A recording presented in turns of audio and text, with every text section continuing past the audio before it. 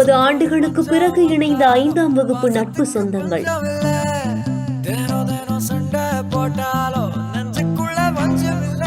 தரையில் அமர்ந்தபடி பாடம் கவனித்து பழைய நினைவுகளை நினைவு கூர்ந்த நிகழ்ச்சி சம்பவம். தருமபுரி மாவட்டம் கம்மாளப்பட்டி ஊராட்சி ஒன்றிய தொடக்கப்பள்ளியில 91 மாணவர்களும் 4 ஆசிரியர்களும் வேலை செஞ்சுட்டு வராங்க. அண்ட் இந்த நிலையில தான் கடந்த 1994 இருந்து 99 வரைக்குமே 1ஆம் வகுப்புல இருந்து 5ஆம் வகுப்பு வரைக்குமே படிச்ச முன்னாள் மாணவர்கள் சந்திப்பு நிகழ்ச்சி நடந்திருக்கு. 1999ல 5ஆம் வகுப்பு படிச்ச 70 மாணவர்கள் ஒன்றா சேர்ந்து ஒருவரையொருவர் கட்டி ஆற தழுவி அந்த பழைய நினைவுகளை ஷேர் பண்ணிக்கவும் செஞ்சிருக்காங்க.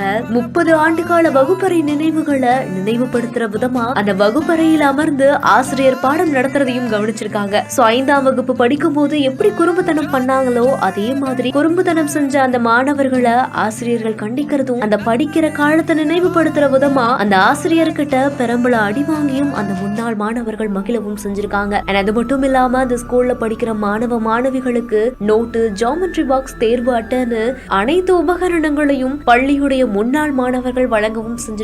அது மட்டும் இல்லாம 10 டேபிள்களையும் கொடுத்திருக்காங்க. சுதந்திர தின கலை நிகழ்ச்சியில வெற்றி பெற்ற மாணவர்களுக்கு பரிசுகளையும் வழங்கி 5ஆம் வகுப்பு படிக்கும் போது அவங்களுக்கு கற்பித்த ஆசிரியர்களும் இப்ப பள்ளியில வேலை செய்யக்கூடிய ஆசிரியர்களுக்கும் பொன்னாடை அணிவிச்சு நினைவு பரிசுகளையும் வழங்கி கௌரவிச்சிருக்காங்க. அண்ட் இந்த நிகழ்வை இன்னுமே சுவாரஸ்யமா கொண்டு போகக்கூடிய வகையில தமிழர்களுடைய பாரம்பரிய சிறுதானிய உணவை மதிய உணவாகவும் வழங்கியிருக்காங்க. இதுவரைக்குமே முன்னாள் மாணவர்கள் சந்திப்பு அப்படிங்கிறது 10ஆம் வகுப்பு, 12ஆம் வகுப்பு, கல்லூரி இந்த மாதிரி இடங்கள்ல மட்டுமே நடந்துட்டு வரக்கூடிய நிலைமையில தான் பாலக்கோடு அடுத்த கம்மாளப்பட்டி அரசு பள்ளியில 1ஆம் வகுப்புல இருந்து 5ஆம் வகுப்பு வரைக்குமே படிச்ச முன்னாள் மாணவர்களுடைய இந்த சந்திப்பு நிகழ்ச்சி பெரும் நெகிழ்ச்சியவே ஏற்படுத்தியிருக்கு. இந்த செய்தி குறித்த உங்களுடைய கருத்துக்களை கீழே கமெண்ட்ஸ்ல சொல்லுங்க.